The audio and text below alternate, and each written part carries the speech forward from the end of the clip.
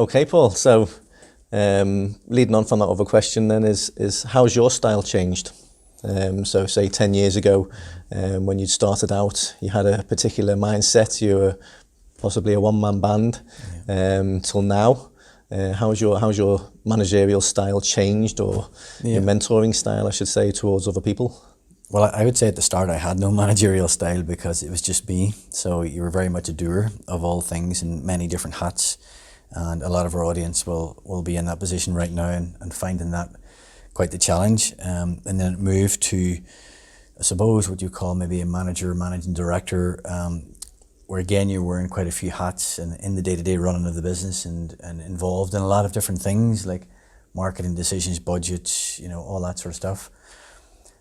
But in the last 2 years, I think my style has changed more than at any point in the previous 8, more to like what I would describe as a CEO role. And what I mean by that is my focus nearly now is probably 90% on the future, on the next 18 months to 3, 4, 5 years ahead, and very, very little in the day-to-day running of the company. And I'm blessed in many ways because of the team that I've assembled to do that. So either I've been very lucky with hiring people or made good hiring decisions, but the key around that to get from what you call phase A of a doer to phase B and MD to then sort of CEO type, set the direction of your brand or your business, is really hiring great people, empowering them in delegation, letting them make decisions and forcing them to make decisions and take accountability and step out of that sort of stuff and resist the temptation to micromanage and say, no, I want this done my way.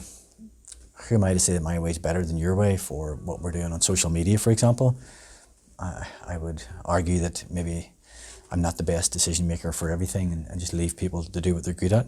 I think it was Steve Jobs said, we don't hire people and tell them what to do, we hire smart people so they can tell us what to do. And I believe he was right. So when it comes to hiring people then, because it's a big thing, hiring someone, how have you got so good at it?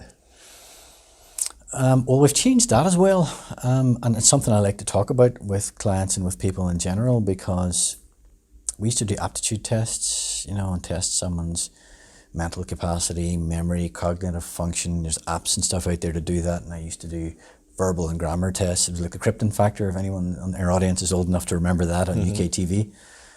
And more recently, I've switched style completely, and I think it's working for us.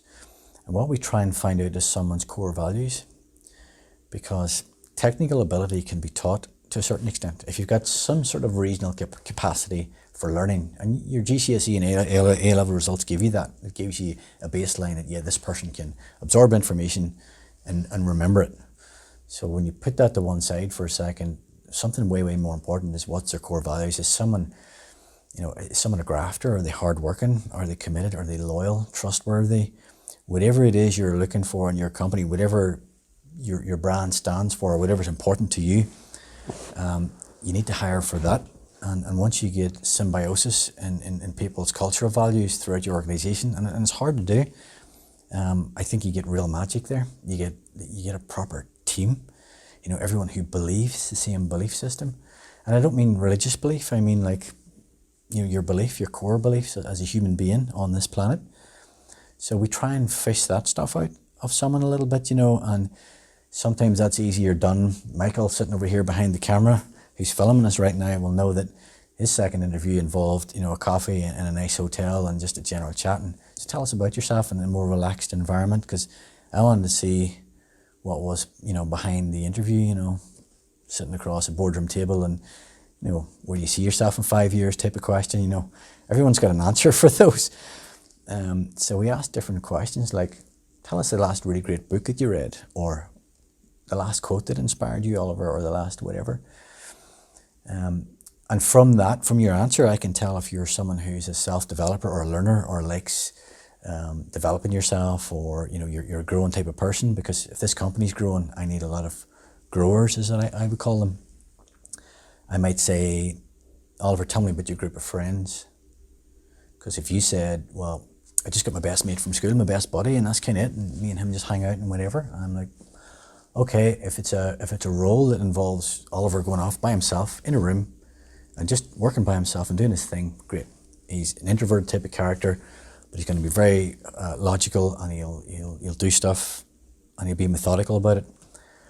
But if the job role in question was going out and meeting customers and being personable and working between a lot of different people, that probably wouldn't be the best answer for that type of job role.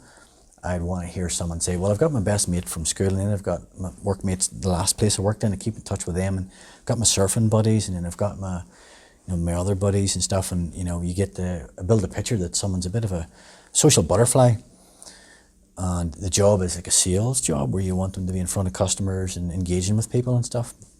Perfect fit. So, I hope that answers the question, that it's a very simple way of getting into the psychology of the person. And by the way, this isn't rocket science. You can Google this stuff. That's what I did. Googled interview questions to find out someone's characteristics or core value beliefs, and it just gave me a load of stuff. And I just asked them, and that's kind of it.